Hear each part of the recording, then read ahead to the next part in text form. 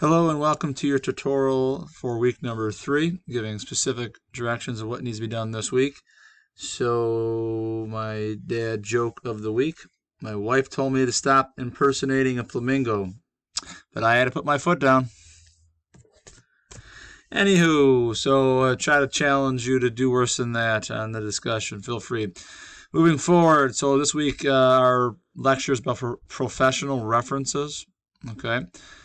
So when you are doing your discussion this week, you have a couple things to look at first, and that is a mock resume and the job description. So make sure you're referencing those two items when you are posting.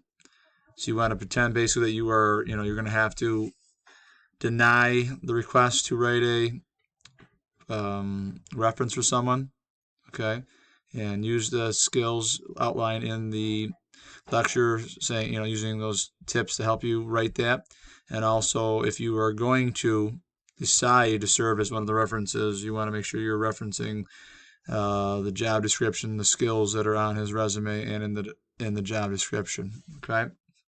So besides that, you do have a check-in.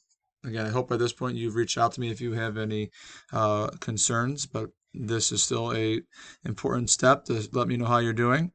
And then last but not least is the MyCred and articulation worksheet.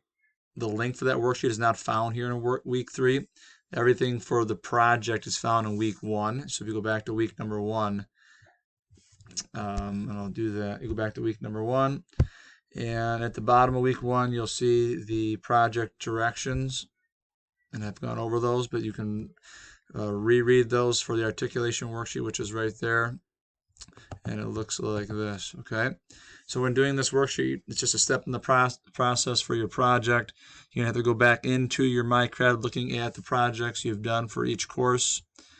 And also the institutional outcomes, okay? Those are listed for your degree in the course catalog. There's directions for how to get back into that. And this is going to basically be your script for your final project. So I'll make comments on this worksheet so that you can make changes if need be for when you're filming your video for the final submission in week 7.